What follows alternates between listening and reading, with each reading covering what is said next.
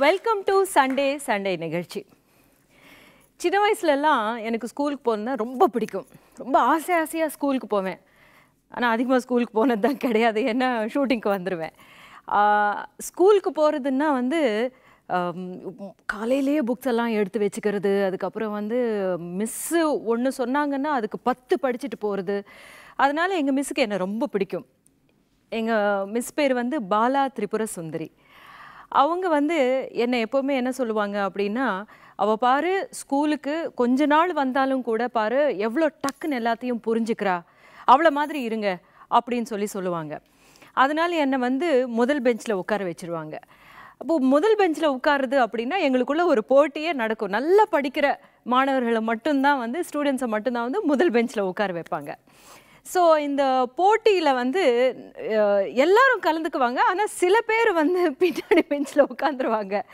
அது அப்புறமா தான் எனக்கு புரிஞ்சது, அவங்க வந்து சரியாக படிக்காததுனால பின்னாடி பெஞ்சில் உட்கார்றாங்க அப்படின்னு சொல்லிட்டு. இப்போ காலத்தில் பார்த்தீங்க அப்படின்னா வந்து எல்லா மாணவர்களுடைய ஓட்டமுமே வந்து மார்க்கை நோக்கி தான் இருக்குது. எங்களுக்கெல்லாம் சொல்லி கொடுத்த போது என்னுடைய டீச்சர் எப்போவுமே சொல்லுவாங்க, நான் இப்போ சொல்லி கொடுக்கறதெல்லாம் வந்து உங்களுக்கு நல்லா புரிஞ்சதா அப்படின்றது முதல்ல தெரிஞ்சுக்குவாங்க அவங்க. இப்போ வந்து சொல்லி கொடுக்கறதெல்லாம் குழந்தைங்களுக்கு புரிஞ்சதா இல்லையா அப்படின்றது டெஸ்ட் பண்ணுறதுக்கே டைமே கொடுக்கறது இல்லைன்னு எனக்கு தோணுது. அந்த பையனை விட நான் இன்னும் 1 மார்க் மேலே எடுத்துடணும்னு குழந்தைங்களே ஓட ஆரம்பிச்சிட்டாங்க. இந்த மாதிரியான ஓட்ட பந்தயத்தில் படிப்பு எதுக்காக தேவைப்படுது வாழ்க்கைக்கு அப்படின்றது பெற்றோர்களும் யோசிக்க வேண்டிய நிலைமை ஒன்று இருக்குது. குழந்தைங்களும் புரிஞ்சிக்க வேண்டிய ஒரு விஷயம் இருக்குது. எதை பற்றி பேச போகிறோம் அப்படின்னு எல்லாருக்குமே புரிஞ்சிருக்கும். அதிலும் இல்லாமல் வந்து எக்ஸாம் சீசன் வேறு. எல்லாமே என்னென்னமோ சீசன்ஸ் மாதிரி எக்ஸாம் சீசன்னா எல்லாரும் பயந்து உட்கார்ந்துட்ருப்பாங்க. வாழ்க்கையில் ஜெயிப்பவர்கள் முதல் பெஞ்ச் மாணவர்களா இல்லை கடைசி பெஞ்ச் மாணவர்களா அப்படின்றத பற்றி தான் இன்றைக்கி நம்ம விவாதிக்க போகிறோம், சண்டை போட போகிறோம். கடைசி பெஞ்ச் மாணவர்கள் தான் அப்படின்னு சொல்கிறவங்க அந்த பக்கம் வந்து உட்காந்துருக்காங்க. முதல் பெஞ்ச் மாணவர்கள் தான் சொல்கிறதுக்கு இந்த பக்கம் உட்காந்துருக்காங்க. கடைசி பெஞ்ச் மாணவர்கள் ஓகே, கடைசி பெஞ்ச் மாணவர்கள் தான் அப்படின்னு சண்டை போடுறதுக்காக வந்திருக்கிறவங்களாம் அந்த பக்கம் உட்காந்துருக்காங்க. இல்லை முதல் பெஞ்ச் மாணவர்கள் தான் வாழ்க்கையில் ஜெயிக்கிறவங்க அப்படின்னு சண்டை போடுறதுக்காக இந்த பக்கம் இருக்கிறவங்க உட்காந்துருக்காங்க. ஸோ நம்மளுடைய ஸ்பெஷல் ஸ்பீக்கர்ஸ் யாருன்னு முதல்ல பார்க்கலாம். Abirami, professor Chellappillai, Vikram S Vaidya and Tulasi. ஒரு விதத்தில் பார்த்தோம் அப்படின்னா வந்து கடைசி பெஞ்சோ முதல் பெஞ்சோ சரியாக படிக்கிறாங்களா இல்லையா அப்படின்றத பற்றி தான் நம்ம வந்து கேள்வி கேட்க வேண்டியது இருக்குது, புரிஞ்சிக்க வேண்டியதாக இருக்குது. சரி, என்ன படித்து என்ன லாபம் அப்படின்றத பற்றி ஒன்று நம்ம புரிஞ்சிக்க வேண்டி இருக்குது.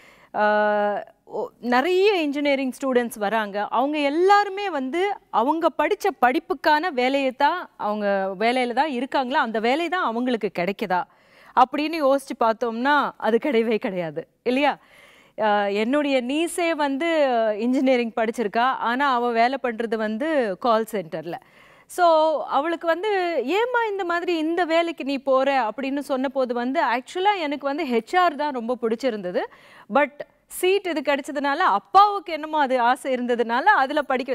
ஸோ இதில் வந்து நம்ம சாய்ஸ் எங்கே அப்படின்ற ஒரு கேள்விக்குறியும் இருக்கு இல்லையா? ஸோ அந்த கேள்வி வந்து எப்போ நம்மளுக்கு புரிஞ்சுக்கிறதுக்கான சான்ஸ் கொடுக்குது அப்படின்னா, நம்ம பையன் வந்து இல்லை பையனோ பொண்ணோ முதல் பெஞ்சில் உட்காந்துருக்காங்களா கடைசி பெஞ்சில் உட்காந்துருக்காங்களா அப்படின்றத பொறுத்து தான் அவங்களுக்கு அந்த படிப்பு பிடிச்சிருக்கா இல்லையா அப்படின்றது நம்ம புரிஞ்சுக்கிற இடத்துல நம்ம இருக்கோம் அப்படின்னு நினைக்கிறேன். ஸோ நீங்கள் வந்து ஃபர்ஸ்ட் பெஞ்ச் அப்படின்னு சொல்கிறீங்க. கடைசி பெஞ்ச் மாணவர்கள் எல்லாம் எப்படி இருப்பாங்க? ஃபர்ஸ்ட் பெஞ்சில் இருக்கவங்களுக்கு பார்த்தீங்கன்னா ஒரு சில பொறுப்பு கடமை இருக்கும். ஏன்னா ஆசிரியர் வந்தோடனே அவங்கள தான் கேள்வி கேட்பாங்க. முதல் நாள் நடத்தின வந்து ப்ரிப்பேர் பண்ணிட்டு வந்து ஹோம்ஒர்க்லாம் கரெக்டாக பண்ணி வச்சுருந்துருப்பாங்க. கிளாஸுக்கு ஒருத்தவங்க வந்து யாராவது பேசலனா கூட நீங்கள் தான் நோட் பண்ணி வைக்கணும், ஆசிரியர் வந்து ஃபர்ஸ்ட் பெஞ்சில் இருக்கவங்க சொல்லிட்டு போவாங்க. ஒரு கிளாஸ் நடந்துகிட்டு இருக்கும். கடைசி பெஞ்சில் இருக்கவங்க என்ன பண்ணுவாங்கன்னு கேட்டிங்கன்னா, கிளாஸ் கரெக்டாக போயிட்டு இருக்கும்போது யாராவது ஒருத்தவங்க பேசுவாங்க, டக்குன்னு இன்னொருத்தவங்க கூப்பிடுவான். கடைசி பெஞ்சில் இன்னொருத்தவங்க கூப்பிடுவான், அப்படியே டைவர்ஷன் ஆகும். பின்னாடி இருக்கிறவங்களுக்கு பொறுப்பு ரொம்ப ஜாஸ்தி அப்படின்றத அவங்களே நினச்சி அவங்க ரொம்ப டிஸ்ட்ராக்ட் ஆகிட்டாங்க. யார் இந்த காசிப்ஸில் அவங்களுக்கு இன்ட்ரெஸ்ட் ஜாஸ்தி, யார் என்ன பண்ணிட்டு இருக்கா, யார் லைஃப் எப்படி ஓடிட்டு இருக்குது, அதில் இன்ட்ரெஸ்ட் ஜாஸ்தி ஆகிடும். ஸோ அவங்களோட கான்சென்ட்ரேஷன் வந்து படிப்பை விட மற்ற விஷயத்தில் ஜாஸ்தி ஆகிடுது, டிஸ்ட்ராக்ட் ஆகிடும். ஃபேண்டாஸ்டிக். லாஸ்ட் பெஞ்ச் ஸ்டூடெண்ட்ஸ் எதை பற்றியும் கவலைப்பட மாட்டாங்க. இன்றைக்கி நான் காலேஜ் வந்தேன்னா, என்ன சாப்பிட்டேன்னா, லாஸ்ட் பெஞ்சில் படுத்து தூங்கினேன்னா, ஏந்து போனோமா, அவ்வளோதான். நம்ம எதுக்கு வந்திருக்கோம், நம்மளோட நோக்கம் என்ன, எதை பற்றியுமே அவங்க சிந்திக்க மாட்டாங்க. இன்னைக்கு எப்படி அவ்வளோதான். ஆனால் வந்து இந்த கண்ணோட்டம் ஜாலியாக இருக்காங்க. ஆனால் இந்த ஜாலி வந்து நிரந்தரம் இல்லைன்னு அவங்க புரிஞ்சுக்கிறது இல்லை. படிக்கிறதுக்காக ஸ்கூலுக்கு வராமல் விளையாட்டாக ஸ்கூலுக்கு வரவங்க தான் கடைசி பெஞ்சில் உட்காந்துருப்பாங்கன்றது எங்கள் குழுவோட வாதம். Very good. Lack of discipline இதான் மெயின் பாயிண்ட். லாஸ்ட் பெஞ்சில் இருக்கிறவங்களுக்கு they are not bother about timing or portions or whatever. இன்டிசிப்ளின்டாக இருக்கிறவங்க தான் ஜாலியாக எதை பற்றியும் கவலைப்படாமல் அரட்டை அடிச்சுட்டு அந்த டைமை ஸ்பெண்ட் பண்ணிட்டு உட்கார்றாங்க, போயிடுவாங்க. லாஸ்ட் பெஞ்சில் இருக்கவங்களுக்கு அவங்களுக்கு என்ன ஹோம்ஒர்க் கொடுக்குறாங்கன்னு கூட தெரியாது. அவங்களோட வியூ ஃபுல்லாக அவங்க விண்டோவை தான் பார்த்துட்டு இருப்பாங்க. யார் போகிறா, யார் என்ன பண்ணுறாங்க, வேடிக்கை பார்க்கறதுக்கு தான். வேடிக்கை பார்க்கறது தான். லாஸ்ட் பெஞ்சு மேக்ஸிமம் வந்து எடுபிடிக்கு தான் யூஸ் பண்ணுறாங்க முடிஞ்ச வரைக்கும். ஃபஸ்ட் பெஞ்ச் ஸ்டூடெண்ட்ஸை வந்து டிஸ்டர்பே பண்ண மாட்டாங்க டீச்சர்ஸ். கிளாஸ் வந்தோடனே ஃபர்ஸ்ட் ஆஃப் ஆல் ஒரு டீம் ஒன்று ஃபார்ம் பண்ணிடுறாங்க. அந்த ஃபஸ்ட்டு லாஸ்ட் ரோ அதுக்கு முன்னாடி இருக்கிற ரோ டீம் ஃபார்ம் பண்ணிடுறாங்க. அந்த டீம் சம்மந்தப்பட்ட வேலைகள் கிளாஸில் என்னென்ன பண்ண முடியுமோ அதெல்லாம் பண்ணுறாங்க. ஃபர்ஸ்ட் பெஞ்ச் மாணவர்கள் எப்படி இருக்காங்க? காலையில் முன்னே வந்துடுறாங்க, முதல்ல இடங்குது, முதல்ல பெஞ்சில் உட்காந்துக்கிறாங்க. அதனால தான் அவங்க முன்னாடி. ஆமாம், மெயினாக வந்து கோல் மூட்டுவாங்க மேடம். லாஸ்ட் பெஞ்சில் உட்காரவங்க பற்றி மெயினாக வந்து நேற்று வந்து என்ன நடந்தது, இன்னைக்கு என்ன பண்ணுறாங்க, கோல் மூட்டுறவங்க தான் ஃபர்ஸ்ட் பெஞ்சில் இருக்கிறவங்க. ஆமாம் சாமி போடுவாங்க. எதுக்கு எடுத்தாலும் மேம் இது சொன்னால் எஸ் மேம், எஸ் மேம். அவங்க தப்பு செஞ்சால் கூட எஸ் மேம், எது சொன்னாலும் எஸ் மேம். அதுதான் ஃபர்ஸ்ட் பெஞ்ச் ஸ்டூடெண்ட்ஸ். கிளாஸில் ஒரு ஃப்ரெண்டுக்கோ இல்லை பக்கத்தில் இருக்கிற கிளாஸ்க்கு என்ன ஒரு பிரச்சனைனாலும் நான் உண்டு, என் படிப்பு உண்டு, மற்றபடி யாருக்குனாலும் கவலை இல்லை அப்படின்னு தான் ஃபஸ்ட் பெஞ்சில் இருப்பாங்க. ஃபஸ்ட் பெஞ்சில் இருக்கவங்க எப்படி இருப்பாங்கன்னா, நமக்கு தான் எல்லாம் தெரியும், நம்ம எல்லாம் தெரிஞ்சவங்க, அந்த மாதிரி தாட்டில் இருப்பாங்க. ஃபஸ்ட்டு பெஞ்சில் உட்கார பசங்களுக்கு மோஸ்ட்லி ஸ்ட்ரெஸ் வரும். ஏன்னா எப்போவுமே அலர்ட்டாக இருந்துகிட்டே இருக்கணும், அவங்க கேஷுவலாக இருக்க முடியாது. லாஸ்ட் பெஞ்சில் இருக்கவங்க டீச்சரை கவனிச்சுட்டு மற்ற பசங்களுக்கு எதே ஹெல்ப் பண்ணுமான்னு பார்த்துட்டு அந்த மாதிரி போவாங்க. They will be always focused. ஆனால் ஒரு ஸ்ட்ரெஸ்ஸாகவே இருந்துகிட்டே இருப்பாங்க.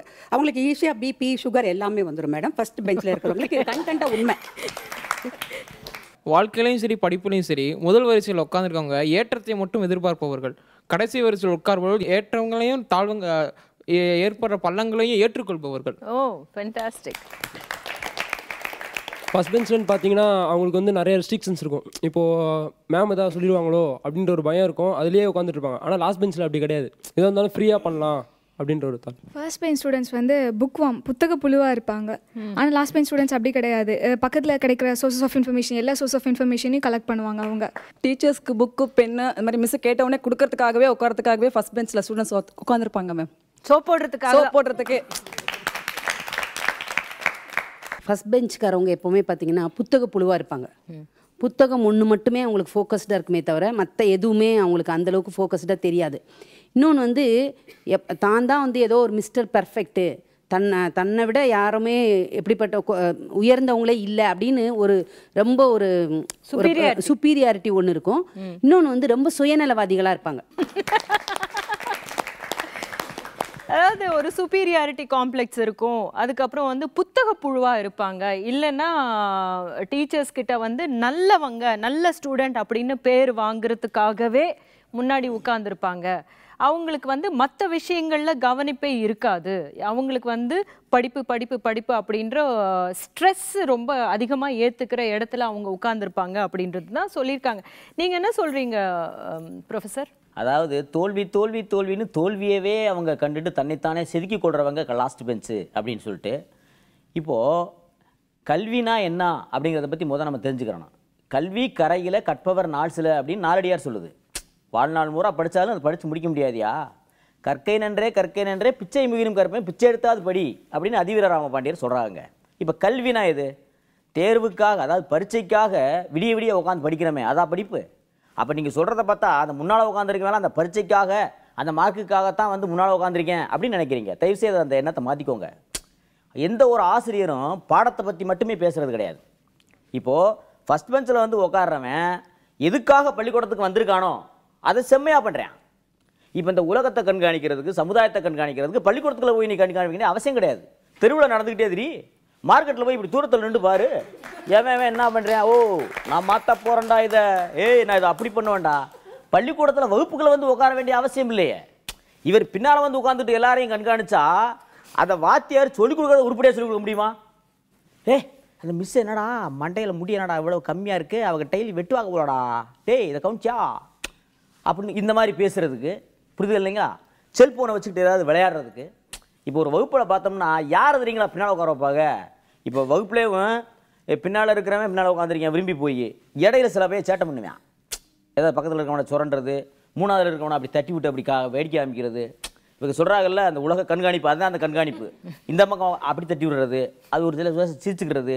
ஆசிரியரோட கோவம் என்ன பண்ணுவாங்கன்னா, எந்திர நீ எந்திரி, முன்னால் வந்து உட்காரு, முன்னால் வந்து உட்காரு. ஆசிரியரே உட்கார வைப்பார். உட்கார வச்சாரா இல்லைன்னு கேளுங்க. சில நேரத்தில் என்ன பண்ணுவாங்க தெரியுங்களா, முன்னால் இருக்கிறவன் இந்த மாதிரி சேட்டை பண்ணால் பின்னால் போய் உட்கார வைப்பாங்க. இது எதுக்கு தெரியுங்களா? அந்த தண்டனை அவனுக்கு. இப்போது முன்னால் உட்காடுறவன் நீங்கள் நினைக்கிற மாதிரி பாடத்தை மட்டும் கேட்குறதுக்கு இல்லைங்க. ஆசிரியர் எந்த செய்தியை எப்படி சொல்கிறாங்க, ஒரு உற்று நோக்குதல் உள்ள கவனிக்கிற, தன்னுடைய கவனம் வந்து திசை மாறாமல் ஆசிரியர் கற்றுத்தர்றதை முழுவதும் வாங்கிக்கிறதுக்கு தான் முன்னால் உட்காடுறேன். இப்போது பின்னால் உட்காடுறவங்க ஏற்கனவே இவங்களே ஒத்துக்கிட்டு இருக்கிறாங்க. அது என்ன சொல்ல வர்றாங்கன்னா, வள்ளுவனை கேட்போமே, வள்ளுவனுக்கு மீறியா? வள்ளுவன் என்ன தெரியுங்களா சொன்னார்? ஒரு தந்தைக்குரிய கடமை என்ன தெரியுங்களா சொன்னார்? தந்தை மகட்காட்டும் நன்றி அவையத்து முந்தியிருப்ப செய்யலாம். கற்றறிந்தார் அவையோர் கூடிய இடத்துல முன்னால் வந்து உட்காரணுமா, அதுதாங்க தந்தையோட கடமையா. இப்போ நீங்கள் வள்ளுவனை எப்படி குத்தம் சொல்லலாம்? ஒரு பழமொழி ஒன்று சொல்லுவாங்க மேடம், பள்ளிக்கூடத்தில் முதல்ல இரு, பஸ்ஸுக்குள்ளே நடுவில் இரு, போராட்டத்தில் பின்னாடி இரு. புரிதா இல்லைங்களா? இப்போது இந்த மாதிரி எவ்வளவு சொன்னாலும் சரி. இப்போ ஒரு பள்ளிக்கூடத்தில் நடந்த ஒரு உண்மை சம்பவத்தை சொல்கிறீங்க. நம்ம நாட்டில் நடந்தது. ஒரு 40 மாணவர்கள் உட்காந்துருக்கான் பள்ளிக்கூடத்தில். ஆசிரியர் வெளியிலேருந்து உள்ளே வர்றார். அவர் வர்ற நேரத்தில் அந்த கூட்டத்திலேருந்து ஒருத்தன் என்ன பண்ணிவிட்டான், வாழைப்பழத்தை சாப்பிட்டு தோலை தூக்கி ஆசிரியர் எங்கே உட்காருவாரோ அங்கே ஓட்டான். இதை ஆசிரியர் பார்த்துட்டார். பார்த்தோன்னா உள்ளே வர்றார். உள்ளே வந்துட்டு, இல்லை எவன்டா நான் உட்கார இடத்துல வாழைப்பழத்தை தோலை தூக்கி போட்டவன், எல்லாரும் எந்திரிச்சுடா அப்படின்னு சொல்லி கோபத்தில் சொல்கிறார். ஒரே ஒரு மாணவன் எந்திரிச்சு நிற்கலை. அவன் எங்கே உட்காந்துருக்கான்னா முதல் பெஞ்சில் உட்காந்துருக்கான். ஏண்டா 39 பேர் எந்திரிச்சு நிற்கிறான், நீ ஏன்டா எந்திரிச்சு நிற்கல? கோபமாக கேட்டார். அந்த மாணவன் என்ன சொன்னானா, செய்யாத தவறுக்கு நான் ஏன் சார் எந்திரிச்சு நிற்கணும் அப்படி முன்னாடி இருந்தவன் சொன்னானா. அது யார் தெரியுங்களா? நான் பாராட்டுகிறோமே போட்டுக்கிறோமே தேசிய தலைவர் திலகர். அப்போது முதல் பெஞ்சில் இருந்ததுனால அவரால் என்ன முடிஞ்சுன்னா தைரியத்தை கற்றுக்கிட்டார் மேடம். இப்போ நம்ம நினைக்கிற மாதிரி படிப்புங்கிறது என்ன தெரியுங்களா, எப்படி வாழ்வது, என்ன பண்ணணும், வாழ்க்கைன்றது என்ன, வாழ்க்கைக்கு முதல் தேவையை ஒழுக்கம் மேடம். அந்த ஒழுக்கத்தை எவன் கற்றுக்கிறேன், முன்னால் உட்காந்துருக்கிறேன் கற்றுக்கிறேன். அவங்க சொல்கிறாங்களே பின்னால் இருந்து அதை கவனிக்கிறேன் இதை கவனிக்கிறேன் அப்படி பார்க்குறேன் இப்படி பார்க்குறேன் அப்படின்னு, அதுவா ஒழுக்கம்? ஒழுக்கம் விழுப்பம் தரலான்னு ஒழுக்கம் உயிரினு ஓம பண்ணணும் வள்ளுவனே சொல்லியிருக்காரு.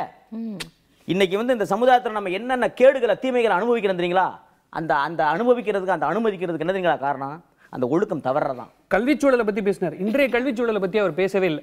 இன்றைய கல்விச்சூழலை எடுத்துக்கிட்டோம்னு வச்சுங்களேன், ஒரு ஆமை, ஒரு முதலை, ஒரு குரங்கு, ஒரு புலி, ஒரு மீன், இது 5க்குமே வந்து நம்ம வந்து மரம் ஏறுற பயிற்சி கொடுக்குறோம். மீனுக்கு மரம் ஏறுற பயிற்சி தேவையா? நான் ஃபியூச்சரில் டாக்டர் ஆவேனா இல்லையான்னே தெரியாமல் நான் 6வதுலேருந்தே பயாலஜி படிச்சுட்டு இருக்கேன். இவர் சொன்ன மாதிரி கிளாஸ்க்குள்ளே எதுக்கு சமுதாயத்தை பற்றின சிந்தனை அப்படின்னு கேட்குறாரு பார்த்தீங்களா? அந்த மாதிரி ஒரு சிந்தனை இல்லாததுனால தான் இன்னைக்கு இவ்வளோ கேவலமான விஷயங்கள் நம்ம நாட்டில் நடந்துட்டு இருக்கு. சகமனித தாபம் இல்ல அதாவது சகமனித தாபம், கண்ணியம், நான் தோத்துட்டேன் அப்படின்றத ஒத்துக்கக்கூடிய கண்ணியம், இந்த மாதிரி விஷயத்தை எதையுமே வந்து இன்றைய கல்விச்சூழல் வந்து அறிமுகப்படுத்துறதே இல்லை. சமுதாயத்துல என்னைக்கு புரட்சி வரும், ஏன் எதற்கின்ற கேள்விகள் கேட்கப்படுகின்ற பொழுதுதான் சமுதாயத்துல புரட்சிகளும் வாத்தியார் பாடம் நடத்திட்டு பாரு, பின்னால போய் உட்கார்ந்துட்டு எதற்கு எப்பாடு சொல்லியா புரட்சி நடந்த நாட்டுல எல்லாம் நல்லா நடந்துச்சு. கேள்வின்றது வந்து வெளியில உள்ளவங்ககிட்ட கேக்குறது இல்ல, தனக்குள்ள கேள்வி. கேள்வின்றது எனக்குள்ள நடக்கக்கூடிய கேள்வி கேக்குறத விடுங்க சார். முன்னால உட்கார்ந்திருக்கால் பின்னால உட்கார்ந்திருக்கால் அத பத்தி பேசுங்க சார். இல்ல அத தான் சொல்றேன். முன்னாடி இருக்கிற ஆள் வந்து கேள்வி கேக்குற இடமா அது. இந்த கேள்வி கேக்குறான், அதுக்கு வரலாம். சிந்தனை அவரே சொன்னாரு, சிந்தனைன்ற விஷயத்தை எதுக்காக நீ கிளாஸ்க்குள்ள கொண்டு வர அப்படின்ட்டு. சிந்திக்கவே இல்லைன்னா கிளாஸே தேவையில்லையே. சிந்திக்கிறதுல தப்பு இல்ல சார். கிளாஸ்ல ஒரு பாடம் நடக்கும்போது பாடத்தை பத்தி சிந்திங்க, யாரும் வேணாம்னு சொல்ல. யாரோ ஒரு பையன் என்ன பண்ணிட்டு இருக்கான்றது எதுக்கு சிந்தனை? ஐன்ஸ்டீன்லாம் மரத்துக்கடையில உட்கார்ந்து ஆப்பிள் பழம் கீழ இருந்து ஏன் விழுதுன்னு கேட்டா நீங்க புவியீர்ப்பு விசையை கண்டுபிடிச்சிருக்க முடியாது. படிச்ச பள்ளிக்கூடத்து வகுப்பு நடு வகுப்புக்குள்ள இருந்தா மரம் இருந்துச்சு, மரம் தனியா இருந்துச்சு, இவர் போய் தனியா உட்கார்ந்து பார்த்தாரு. பள்ளிக்கூடத்துல நடக்கிறத பேசியா நீ? பள்ளிக்கூடத்துல நடக்கிறத பேசினா நீ மரத்துக்கு குளத்துக்கு போய் பேசிட்டு நம்ம தொடர்ந்து பேசலாம். ஆனா ஒரு விஷயத்தை எல்லாரும் ஒத்துக்க வேண்டி இருக்கு, கவனிச்சிருக்கீங்களா இல்லையா அப்படின்னு தெரியாது. பின்னாடி பெஞ்சில் லாஸ்ட் பெஞ்சில் உட்கார்ந்துருக்கிறவங்க எல்லாம் வந்து மாணவர்கள் தான். ஒரு மாணவி கூட பின்னாடி பெஞ்சில் போய் உட்காந்து நான் பார்த்தது கிடையாது இது வரைக்கும். அப்போ யாரு ரொம்ப படிக்கிறதுல நல்ல பிள்ளையா நல்ல வல்லுநர்களா இருக்காங்க அப்படின்றது நம்ம சிந்திக்க வேண்டிய ஒரு விஷயம் இல்லையா? ஒரு சிறிய இடைவேளைக்கு பிறகு நம்ம தொடர்ந்து பேசுவோம்.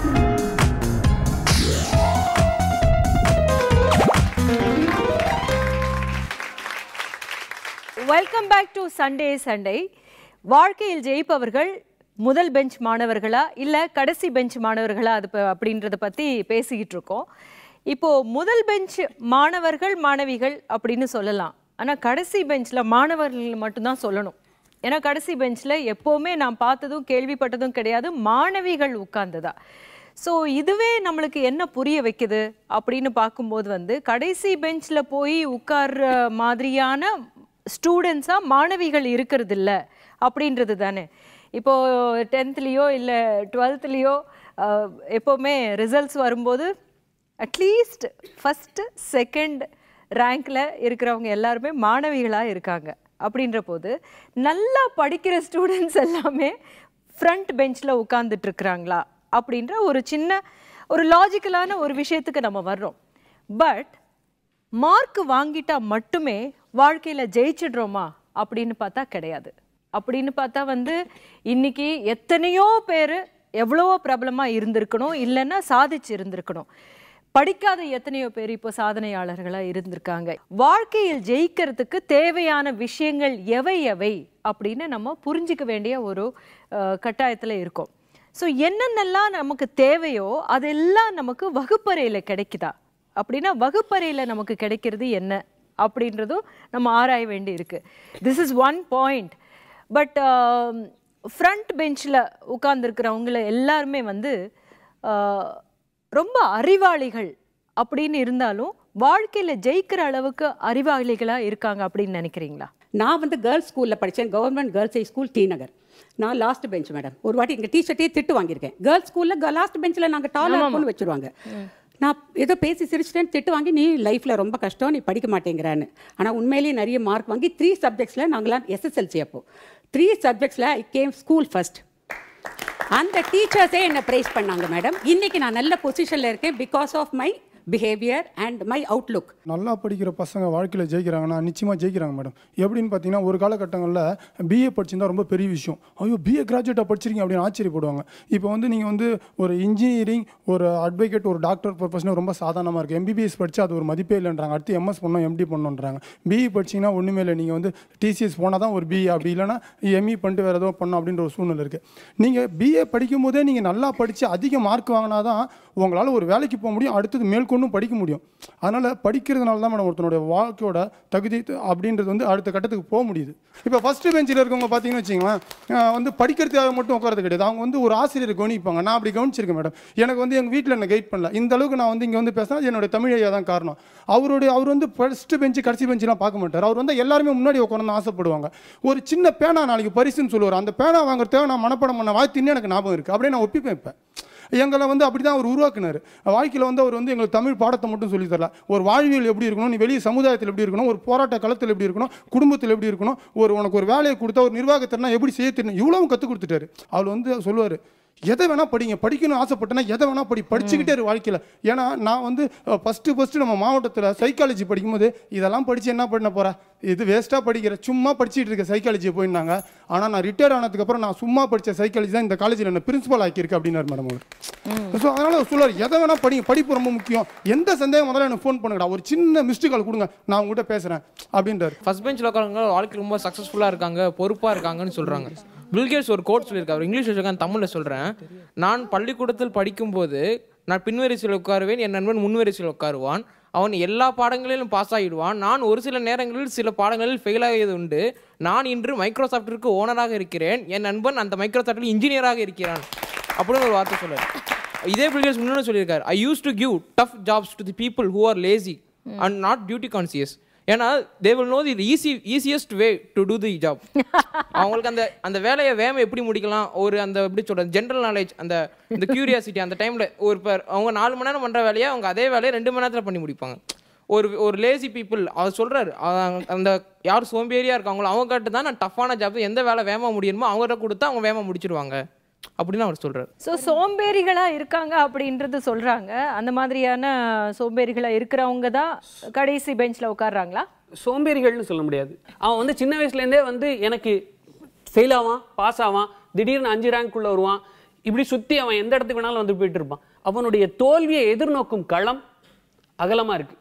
விழுந்தா எந்திரிக்கக்கூடிய சக்தி அந்த தன்னம்பிக்கைன்றது வந்து அவனுக்கு ஜாஸ்தி இருக்கும். தோல்வியெல்லாம் ஹேண்டில் பண்ணக்கூடிய ஒரு தைரியம் அவனுக்கு, தன்னம்பிக்கை அவனுக்கு இருக்கு அப்படின்றாங்க. தோல்வி அடையிறவங்களுக்கு தான் அதிகமா இருக்கு அப்படின்றாங்க.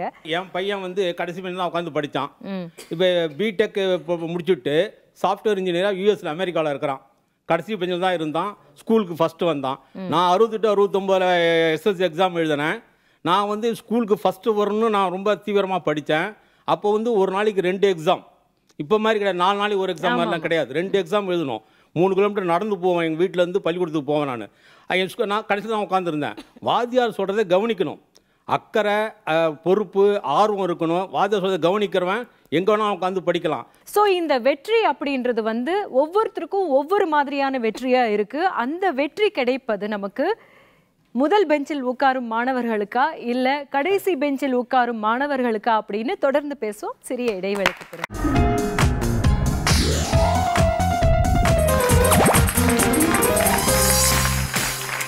Welcome back to Sunday Sunday.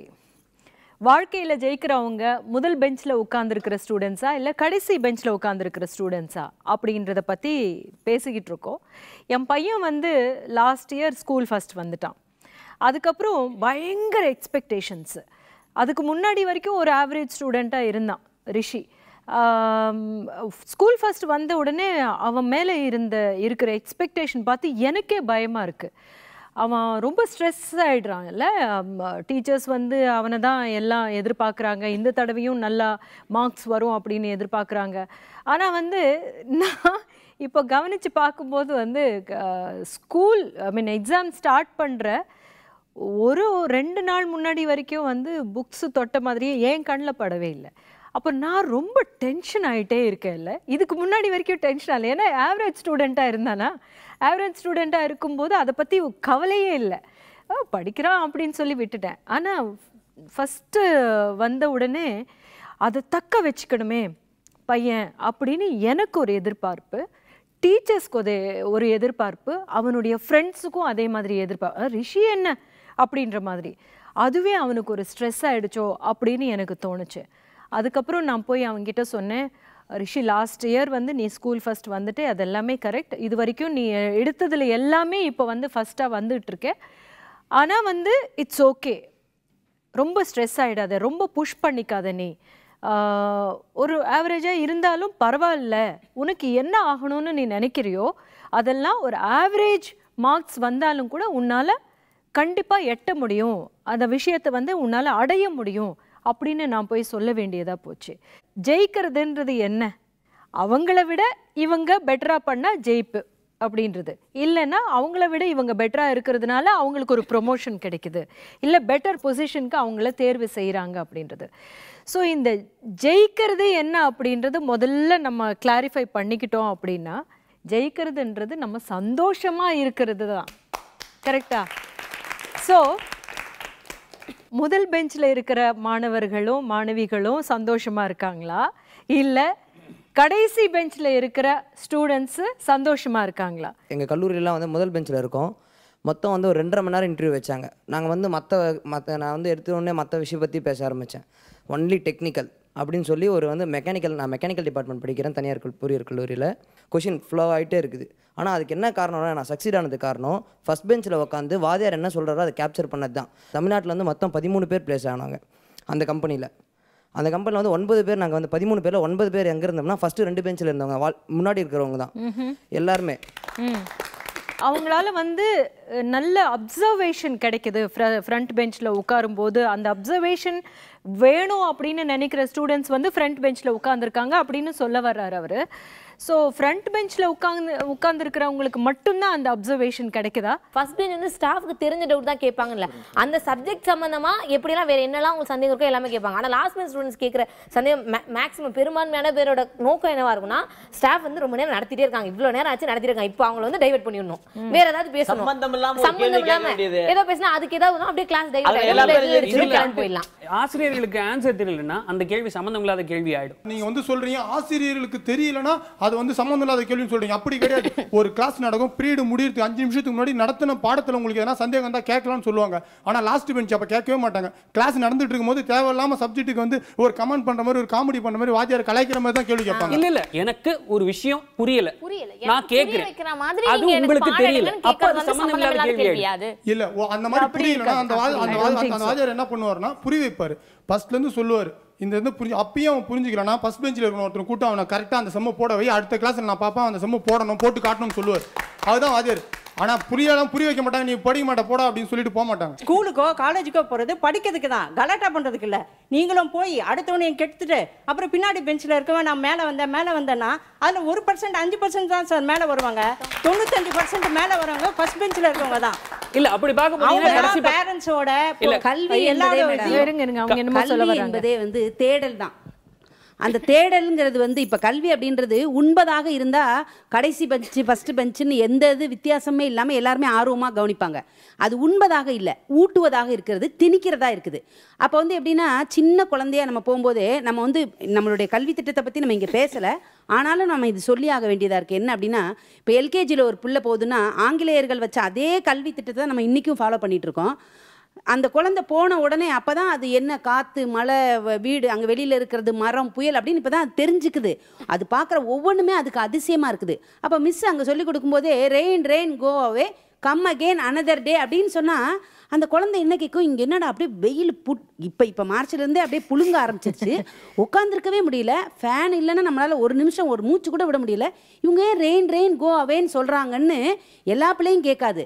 ஒரு பிள்ளை அதிசயமாக மேம் ஏன் ரெயின் கோ அவேன்னு சொல்கிறீங்க, மழை பெஞ்சாதானே நல்லதுன்னா shut up your mouth, keep quiet. அப்படி டீச்சர்ஸும் வந்து நம்மளை கொஞ்சம் மாற்றிக்கணும். அப்படி இருந்தானா தான் அப்போ வந்து எந்த பிள்ளையுமே டைவர்ட் ஆகாதே. அந்த ஒரு கேள்வி கேட்டால் அந்த கேள்விக்கு எப்படி பதில் கொடுத்து அந்த பிள்ளை வாயை மூட வைக்க முடியுன்றது அவங்களுக்கு தெரியும்.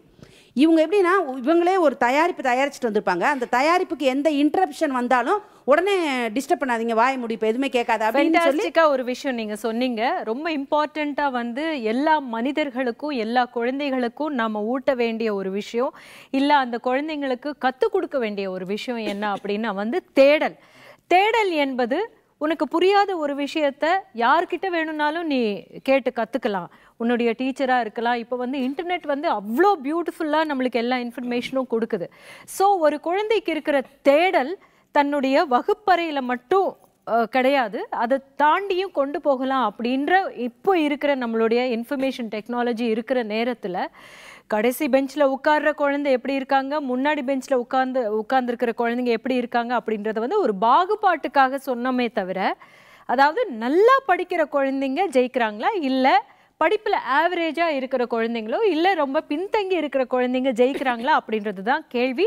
அதை பற்றி தொடர்ந்து பேசுவோம் சிறிய இடைவெளிக்கு.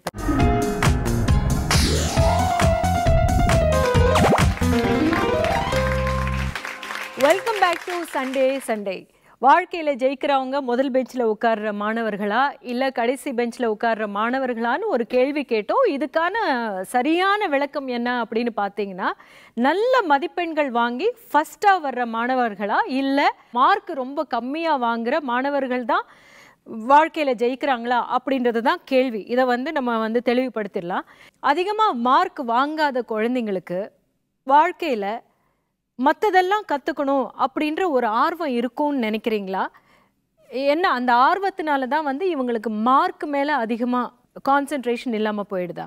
அதிகமாக மார்க் வாங்காதவங்க வாழ்க்கையில் ஜெயிக்கிறாங்க மேடம். எப்படின்னு பார்த்தீங்கன்னா அவங்களுக்கு வந்து நிறைய இப்போ லாஸ்ட் பெஞ்சில் உட்காந்துருக்கவங்க வந்து ஃபஸ்ட் பெஞ்சில் இருக்கவங்கள விட மார்க் கம்மியாக தான் வாங்குறாங்க. ஆனால் அவங்க நிறைய வந்து ப்ராப்ளம்ஸ் அவங்களுக்கு ஒரு சில கேள்விகள் கேட்பாங்க. அந்த கேள்விகளுக்கு விட தெரியலனா இவங்க போய் கண்டுபிடிப்பாங்க. ஆனால் ஃபஸ்ட்டு பெஞ்ச் மாணவர்கள் என்ன பண்ணுவாங்கன்னா ஆசிரியர் சொன்னதை மட்டும்தான் ஏற்றுப்பாங்க.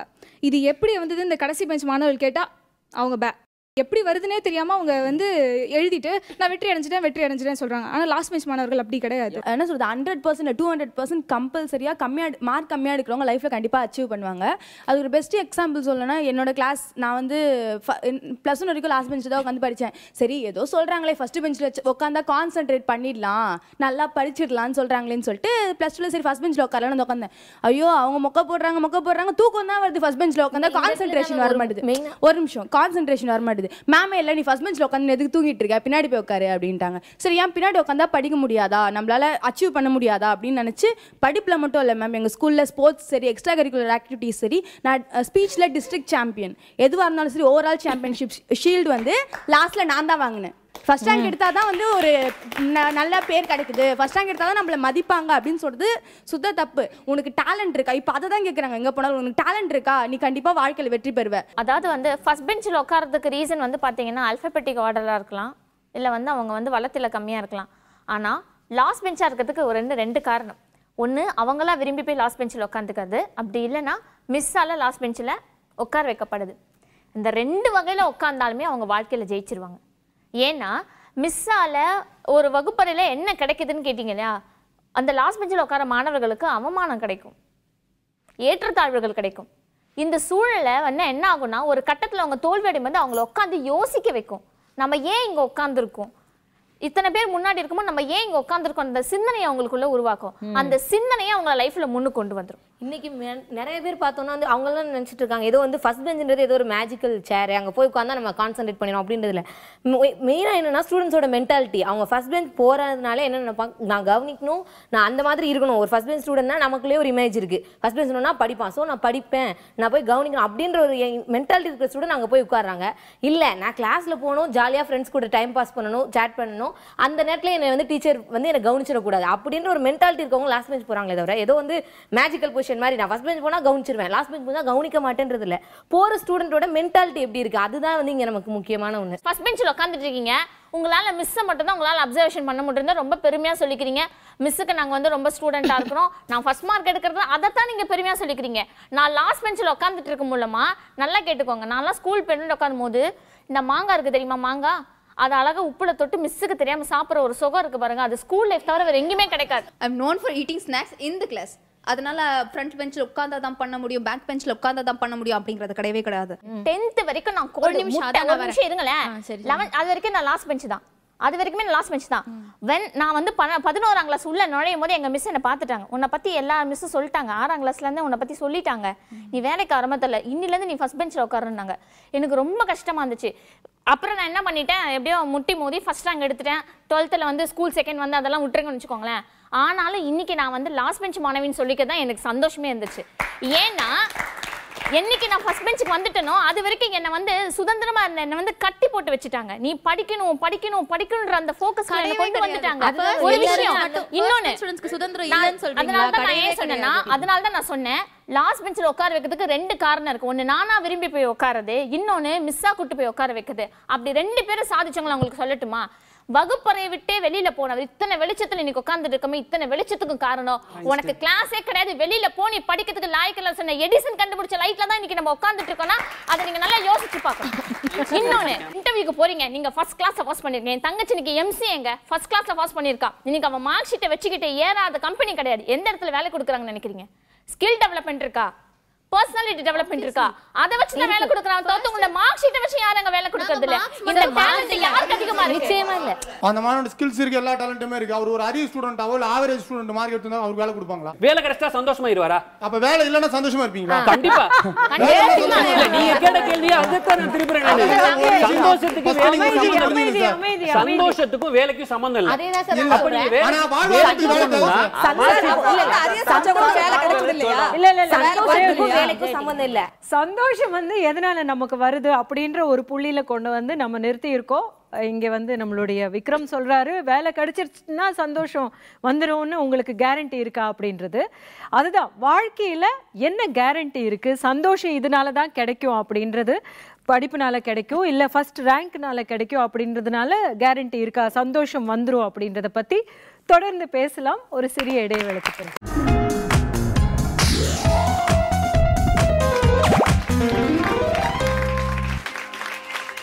Welcome back to Sunday. நிஜமாகவே மிகப்பெரிய சண்டை மூட்டி விட்டுட்டேன்னு நினைக்கிறேன் எல்லாருக்கும் நடுவில். மார்க் வாங்கிறது தான் வாழ்க்கையில் வெற்றியா, இல்லை விடாமுயற்சி கடும் உழைப்பு இதனால் வர்ற வெற்றி தான் நம்மளுக்கு சந்தோஷத்தை கொடுக்குதா அப்படின்றத பற்றி நம்ம ஆராய வேண்டிய ஒரு கட்டத்தில் இருக்கோம். இப்படிப்பட்ட ஒரு வாழ்க்கையை, இப்படிப்பட்ட ஒரு சூழ்நிலையை குழந்தைங்களுக்கு நம்ம கொடுக்குற போது வந்து நாம் ரொம்ப தெளிவாக இருக்கணும் அப்படின்றதுக்காக தான் இந்த ஒரு விவாதமே. நம்மக்கிட்ட வந்து அவருடைய அனுபவங்களையும் அவருடைய கருத்துக்களையும் பகிர்ந்துக்கிறதுக்காக வந்திருக்காங்க guest speaker doctor Jayasakthivel. Thank you doctor. நீங்கள் வந்து நிறைய ஸ்டூடெண்ட்ஸை பார்த்துருப்பீங்க. ஸோ அவங்க வந்து எந்த த்ரெஷோல்டில் இருப்பாங்க இல்லையா, அவங்களுடைய வாழ்க்கை ஆரம்பிக்க போகிற அந்த நிலைமையில் இருக்கும்போது ரொம்ப ஃப்ரெஜைலான ஒரு டைம்னு கூட சொல்லலாம். என்ன நடக்க போகுது, நம்ம படிச்சிருக்கிற இந்த படிப்பு நாம் நினைக்கிற மாதிரியான ஒரு உதவிக்கு வருமா, இல்லை அதை மீறி நம்ம போக முடியுமா, இல்லை எனக்கு பிடிச்ச படிப்பு நான் படிக்க முடியலையே, எனக்கு பிடிச்ச மாதிரி நான் வாழ முடியுமா அப்படின்னு நினைக்கிற ஸ்டூடெண்ட்ஸையும் நிறைய பேர் பார்த்துருப்பீங்க இல்லையா நீங்கள்? நிறைய பேர் இப்போ நீங்கள் சொன்ன மாதிரி இன்றைய காலகட்டம் ரொம்பவே மாறிட்டுருக்குங்க. அதாவது இளங்கலை மாணவர்களுக்கும் வகுப்படுத்திருக்கிறோம், முதுகலை மாணவர்களுக்கும் வகுப்படுத்திருக்கோம், அதாவது பிஜி அண்ட் யூஜி ஸ்டூடெண்ட்ஸுக்கு. அப்படி பார்க்கும்போது யூஜியில் வந்த மாணவர்கள், நீங்கள் வர்ற மாணவர்கள் யாருன்னு பார்த்தீங்கன்னா விளையாட்டுத்தனமாக +2ல் வந்து அவனை வந்து ப்ரெஷர் பண்ணி படிக்க வச்சு அந்த பர்ஸ்ட் எல்லாம் அப்படியே ஆகி அங்கே வந்து அப்போதான் அந்த யூனிஃபார்மை கழட்டி வச்சு வந்த மாணவர்கள். அவங்கள வந்து நீங்கள் 3ஆம் ஆண்டு முடிகிற மட்டுமே அவங்கள கண்ட்ரோல் பண்ணவே முடியாது. முதலாண்டு இருக்கும்போது அவன் வந்து அப்போ தான் ஃப்ரீயாக வந்திருப்பான். 2ஆம் ஆண்டில் தெளிவாவான். அதாவது 3ஆம் ஆண்டு மாணவனை பார்த்து 3ஆம் ஆண்டில் நாங்கள் சீனியர்ஸ் அப்படின்னு சொல்லிட்டு இருப்பான். இது வந்து ஒரு கட்டம். அதுக்கடுத்து பிஜி வரான் பார்த்தீங்களா, அங்கே வரும்போது அவனுடைய வாழ்க்கையை முடிவு செய்கிற ஒரு கட்டத்துக்கு வர்றான். ஏன் அப்படி சொல்கிறேன்னா, நிறைய மாணவர்கள் இப்பொழுது வந்து கொண்டு இருக்கின்ற மாணவர்கள்லாம் பார்த்தீங்கன்னா, எங்களுடைய துறையை பொறுத்தளவு நான் சொல்கிறேன், நான் இதழியல் மற்றும் தொடர்பியல் துறையில் பேராசிரியராக இருக்கேன். எல்லா படிப்பும் படிக்கணும். பிஇ படிக்கிற மாணவர்கள்லாம் இன்றைக்கி பாதி இருக்காங்க அதில். அப்போது என்ன பிரச்சனை அப்படின்னு அவங்கள கேட்கும்போது, அவங்கள இல்லை எல்லா துறை சார்ந்து வர்ற மாணவர்களையும் கேட்கும்போதே அவங்க பொதுவாக சொல்கிறது, முதல்ல எல்லாம் வந்து ஆங்கில இலக்கியம் தமிழ் இலக்கியம் படிக்கிற மாணவர்கள் மட்டும்தான் வந்துட்டு இருப்பாங்க, அல்லது ஹிஸ்ட்ரி இந்த மாதிரி எக்கனாமிக்ஸ்லேருந்து வருவாங்க.